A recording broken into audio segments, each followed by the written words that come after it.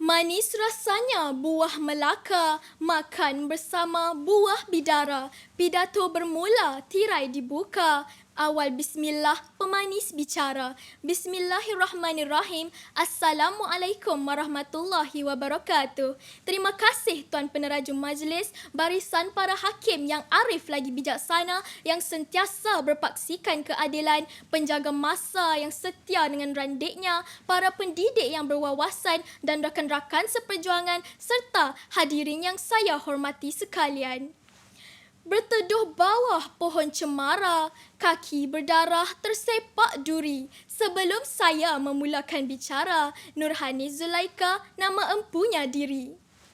Andai patah sayap Raja Wali, bertongkat jua saya kemari. Bukan mahu mencari calon suami, tetapi hanya untuk kita bersama mendekati dan memahami maudu pidato kita pada hari ini, iaitu teknologi sosial, musuh atau sahabat remaja. Hadirin yang saya muliakan, teknologi sudah wujud sejak berabad yang lalu seperti mana yang telah diimplementasikan pada zaman pemerintahan Empayar Uthmaniyah dalam bidang ketenteraan, pendidikan dan pentadbiran semasa abad ke-17. Dalam meniti arus kemodenan ini, Malaysia yang merupakan sebuah negara yang membangun juga turut berkembang maju dengan adanya perkembangan teknologi dari semasa ke semasa. Namun begitu, seiring berkembangnya teknologi pada hari ini, perlu kita ketahui bahawa polemik berkaitan kemelut teknologi sosial juga timbul di kalangan remaja. Oleh itu, mari kita capahkan lensa perbincangan kita kepada skop yang lebih khusus di bawah kata kunci usaha-usaha yang perlu diambil tindakan berkaitan kemelut teknologi sosial. Hal ini bagi membendung masalah teknologi sosial di kalangan remaja. Persoalannya, apakah kesan teknologi sosial kepada remaja pada masa kini? Sidang Dewan Intelektual sekalian, bertongkatkan cetusan minda saya yang perdana, kita dapat melihat bahawa remaja sering menunda tugasan yang perlu dilaksanakan, malah lebih sanggup untuk menghadap media sosial berjam-jam lamanya. Hal ini secara tidak langsung telah menjejaskan produktiviti seseorang remaja yang merupakan pelajar sekolah. Sebagai contohnya, teknologi sosial seperti aplikasi TikTok, Instagram dan juga Twitter menjadi punca remaja sering terpengaruh dengan trend semasa yang kebanyakannya tidak memberi faedah kepada mereka. Selain kesan negatif yang memberi impak kepada remaja, terdapat juga sisi positif pada media sosial. Seperti yang kita semua tahu, media sosial merupakan salah satu kunci komunikasi antara masyarakat. Singkat kata, media sosial adalah jaringan pertemanan sama ada yang berhampiran ataupun yang jauh di mata. Selain itu, media sosial seperti Facebook juga sering digunakan sebagai sarang promosi dalam pemasaran. Melalui hujah ini, jelaslah bahawa teknologi sosial bukan sahaja memberi kesan negatif, malah membantu dalam beberapa aspek kehidupan. Hadirin yang dihormati sekalian, melabuh ke pangkalan isi seterusnya, saya ingin membicarakan usaha-usaha yang seyogia pihak berkenaan mengambil tindakan berkaitan temelut teknologi sosial di kalangan remaja. Sudah terang lagi bersuluh, ibu bapa ialah insan pertama yang perlu memberi didikan awal kepada anak-anak, terutamanya sebelum mereka mencecah usia remaja. Bak kata pepatah, melentur buluh, biarlah dari rebungnya.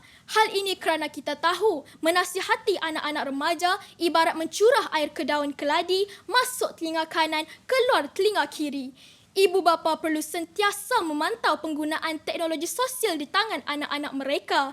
Contohnya, ibu bapa boleh mengaplikasikan Norton Family bagi mengawal jarak masa penggunaan internet dan media sosial. Dengan ini, rutin harian anak-anak akan lebih teratur dan isu menunda tugasan di kalangan remaja akan berkurangan. Hadirin yang saya muliakan, wacana saya yang seterusnya, masyarakat madani perlu lebih peka terhadap penggunaan teknologi yang melibatkan remaja pada masa kini supaya bebas daripada unsur negatif. Hal ini kerana ia sangat penting bagi memupuk kesedaran orang ramai supaya menggunakan media sosial dengan sebaik mungkin serta menyekat penyebaran kandungan yang berunsur prejudis terhadap kaum, agama, jantina, seksual atau keganasan. Pensyarah di Fakulti Media dan Komunikasi Taylor's University, Profesor Dr. Ali Salman berkata, media sosial kini menjadi sebahagian hidup rakyat. Oleh itu, penggunaan laman tersebut secara beretika adalah penting. Masyarakat perlu menguar-uarkan etika penggunaan media sosial ini melalui kaedah masing-masing. Hadirin yang dihormati sekalian, wacana saya yang terakhir, pihak sekolah, baik pentadbir atau persatuan ibu bapa dan guru di sekolah menengah perlu memainkan peranan penting dalam membentuk remaja sejati. Hal ini kerana sekolah adalah pusat berpengaruh tinggi di mana remaja lebih mudah cenderung untuk terpengaruh dengan rakan sebaya. Ironinya, pihak sekolah perlu mengambil inisiatif bagi menarik perhatian remaja agar menggunakan media sosial secara efisien. Antara alternatif yang boleh diaplikasikan termasuk guru-guru mengadakan seminar, membuat pertandingan atau kuis dalam talian yang melibatkan penggunaan teknologi sosial sebagai syarat pertandingan. Di sini saya ingin mengemukakan cadangan kepada pihak sekolah untuk mengadakan pertandingan pantun atau video kreatif yang menggunakan aplikasi Instagram atau TikTok sebagai medium penyebaran secara meluas. Sesetengah remaja sangat gemar menjadi pusat perhatian apabila mereka menunjukkan bakat yang terpendam dan berasa lebih dihargai dengan adanya program seperti ini. Dengan ini, remaja akan lebih berminat untuk menonjolkan diri dan penggunaan teknologi sosial di kalangan remaja tidak akan menjadi sia-sia. Konklusinya, kita dapat mengetahui usaha-usaha yang boleh dilakukan bagi mengelakkan timbulnya masalah sosial dalam teknologi apabila melibatkan remaja pada hari ini. Kualiti remaja juga dapat dikekalkan apabila wujudnya nilai harmoni dan disiplin dalam diri remaja.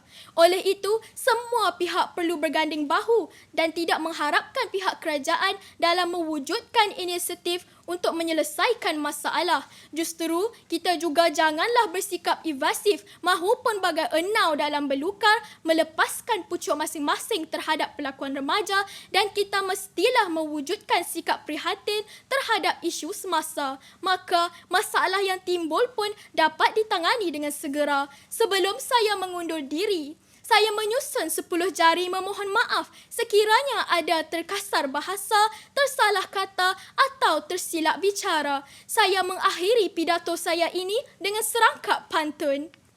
Lingkaran hikayat sempadan si genting, sejarah keagungan gangga negara, kualiti remaja aspek terpenting bagi membentuk kestabilan negara. Sekian wabillahi taufik wal hidayah. Wassalamualaikum warahmatullahi wabarakatuh.